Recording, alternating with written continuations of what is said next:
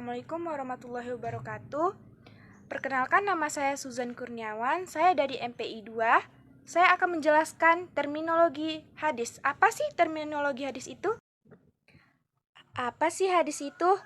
Nah, hadis secara bahasa yaitu berasal dari kata hadits yang berarti perkataan, berita, cerita, atau sesuatu yang baru. Nah, sedangkan secara istilah adalah segala sesuatu yang disandarkan kepada Nabi Muhammad SAW, baik berupa perkataan, perbuatan, persetujuan, maupun sifat beliau yang dijadikan sebagai sumber ajaran Islam selain Al-Quran. Selanjutnya, masuk ke bentuk-bentuk hadis Nabi.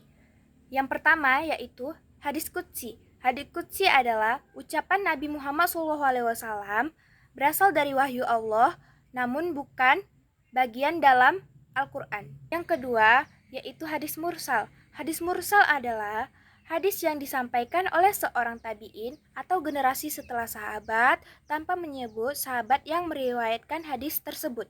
Yang ketiga yaitu hadis marfu. Hadis marfu adalah hadis yang berasal dari perkataan, perbuatan, persetujuan dari Nabi Muhammad SAW. Yang keempat adalah hadis sahih. Hadis sahih adalah hadis yang diterima oleh para ulama karena memiliki syarat-syarat tertentu, seperti memiliki sanad yang jelas, diterima oleh para perawi terpercaya.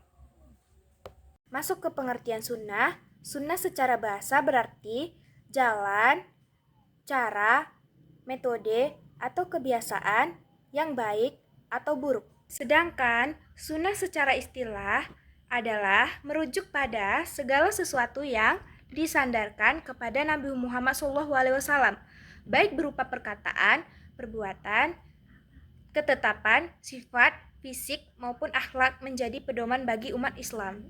Sunnah terbagi menjadi dua, berdasarkan tingkat kewajibannya. Yang pertama yaitu sunnah qauliyah. Sunnah qauliyah adalah segala perkataan Nabi Muhammad SAW yang dijadikan sebagai pedoman dalam ajaran Islam.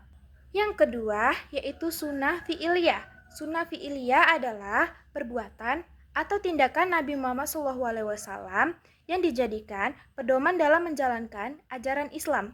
Kita masuk ke pengertian kabar dan atsar. Yang pertama yaitu kabar.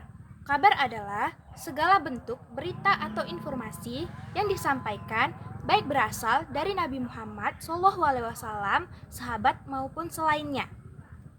Masuk ke pengertian atsar, yaitu atsar adalah riwayat atau pendapat yang berasal dari sahabat atau tabi'in baik berupa ucapan, perbuatan, atau persetujuan mereka. Nah, kita masuk ke yang terakhir yaitu perbandingan antara Al-Quran, Nabawi, dan Qudsi. Yang pertama yaitu Al-Quran. Al-Quran adalah wahyu yang diturunkan langsung kepada Nabi Muhammad SAW melalui malaikat Jibril. Al-Quran dianggap sebagai sumber utama ajaran Islam yang tidak bisa diragukan kebenarannya.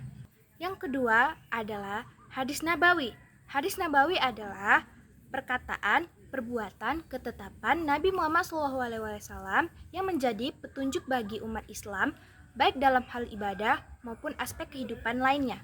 Yang ketiga adalah hadis qudsi yang berisi wahyu dari Allah namun disampaikan oleh Nabi Muhammad SAW dengan kata-kata sendiri.